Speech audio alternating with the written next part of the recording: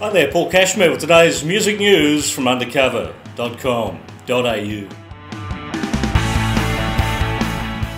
Well, the Black Ice album has held its number 2 spot in Australia this week, but in the UK it has dropped from number 3 to number 9.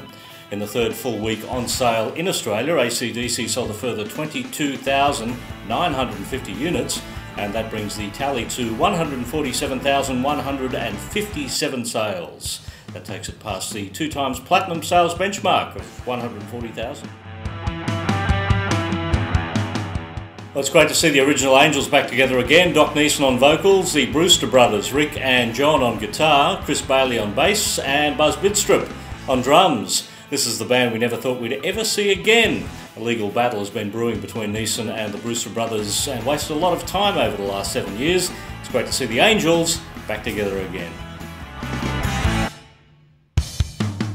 Neil Young made an appearance at Dreamforce, the conference in San Francisco this week.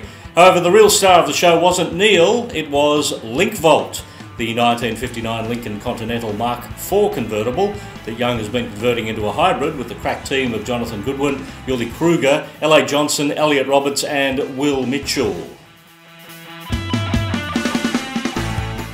And speaking of Neil Young, Dan Wilson says he found inspiration for his career in the biography of Neil Young called Shaky.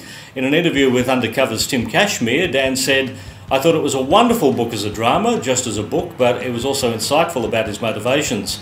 I found it inspiring on a geek musician level, but also just as a story of someone who can't help himself is just incredible integrity. He can't help himself but to act on it." Dan Wilson is currently touring Australia. He's doing a few solo shows by himself, but also on tour with Martha Wainwright. And finally today, Rihanna has started rumours of a health scare after running off stage Thursday night during a performance with Chris Brown. Rihanna was in Sydney performing at the Acer Arena with Brown as part of a world tour. During the song Umbrella, which was the final song in the set, she ran off stage before the song had ended. Brown had to finish the song and the show alone. And I'm Paul Cashmere. Find out more about these stories and others today at undercover.com.au.